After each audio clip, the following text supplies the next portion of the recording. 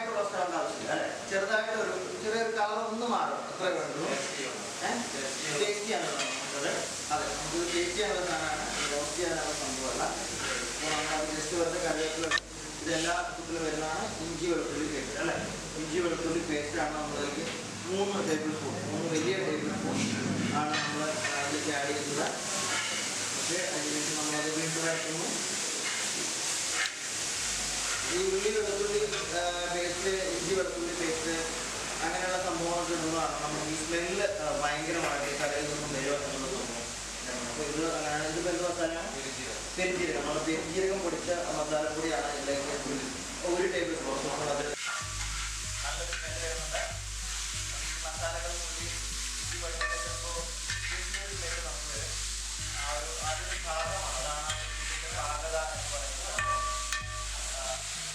നല്ല വേറെ നമ്മുടെ ചട്ടിക്കറിയിലൊക്കെ പറഞ്ഞൊരു മണം നാടൻ സ്മെല്ല് ഇങ്ങനെ വന്നുകൊണ്ടിരിക്കും.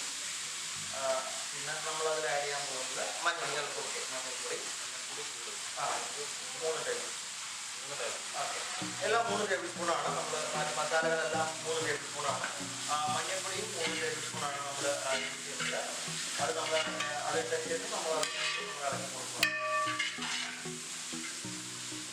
ഇത് നമുക്ക് പേസ്റ്റ് ആക്കുന്നത് അല്ലേ?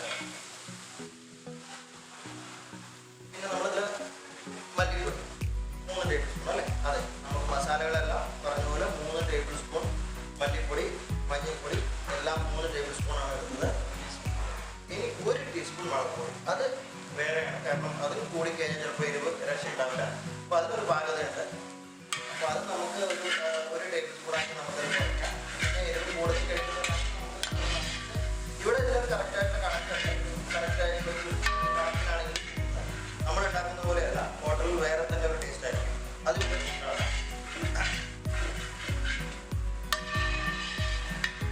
അതിങ്ങനെ ഒരു പേസ്റ്റ് വരവേണ്ടത് അല്ലെങ്കിൽ ഒരു ഭയങ്കര അധികം ഓയിലില്ലാതെയാണ് നമ്മളത് ചെയ്യുന്നത്.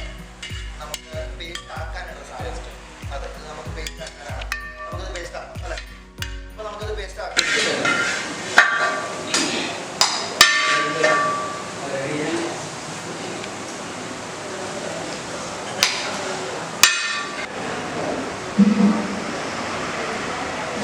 അപ്പോൾ നമ്മൾ പേസ്റ്റ് ആക്കിയിട്ട് ചെയ്യുന്നതിന് മുമ്പ് നമ്മൾ ഒന്നുകൂടി പേസ്റ്റിനുള്ളൊരു പരുവം നമ്മൾ എടുത്തു വെച്ചു. നമ്മൾ പേസ്റ്റ് ആക്കുന്നുണ്ട്.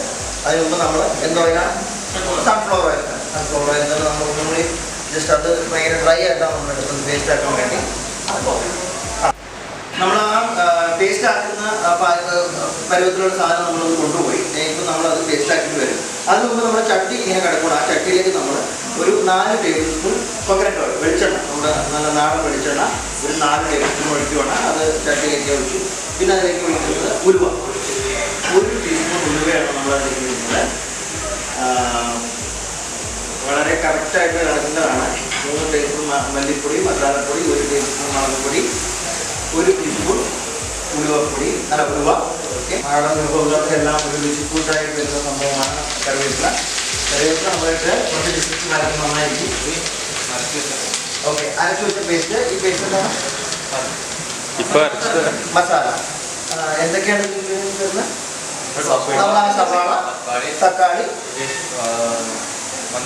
മഞ്ഞൾപ്പൊടി, മുമ്പ് അരച്ച പേസ്റ്റാണ്. ഓക്കെ, ഞാൻ പറഞ്ഞു കുറച്ച് മുമ്പ് അരച്ച പേസ്റ്റ് അറിയാലോ. അപ്പോൾ അത് നമ്മൾ ഡയറക്റ്റ് പേസ്റ്റ് നമുക്ക് വന്നു.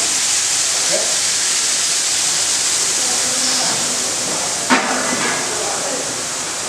ഇടയിൽ സ്കിപ്പ് ചെയ്ത് കാണുവാനുണ്ടാവും.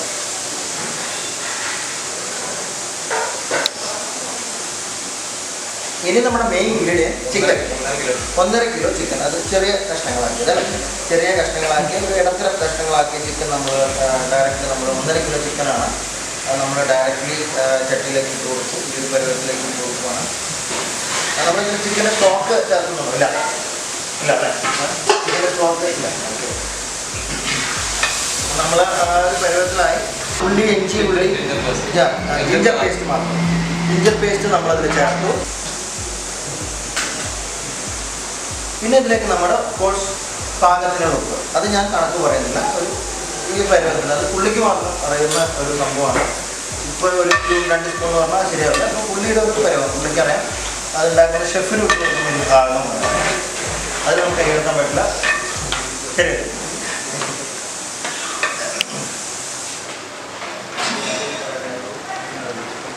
പിന്നെ pepper powder, 1 tablespoon pepper powder നമ്മളതിലേക്ക് ഡയറക്റ്റ്ലി ഇട്ട് കൊടുത്തു.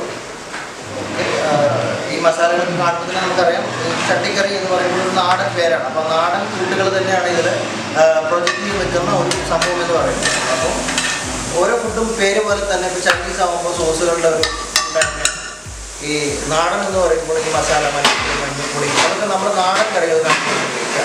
കുരുമുളക് പൊടി, അതൊക്കെ നമ്മുടെ നാടൻ ശീലുകളാണ്. കേരളത്തിൻ്റെ തനതായ രുചിക്കൂട്ടുകളാണ് അതൊക്കെ. പിന്നെ കാലയ്ക്ക് 1/2 കപ്പ് വെള്ളം നമ്മൾ അതിൽ ചേർക്കുന്നുണ്ട്.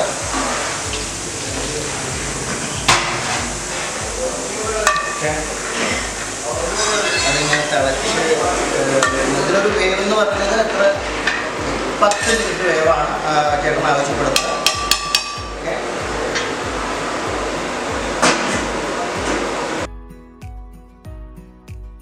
വെച്ച ചിക്കൻ ചട്ടിക്കറി നമുക്ക് തുറന്നു നോക്കാം. അതായത് വെച്ചിട്ടുണ്ടാവും അല്ലേ?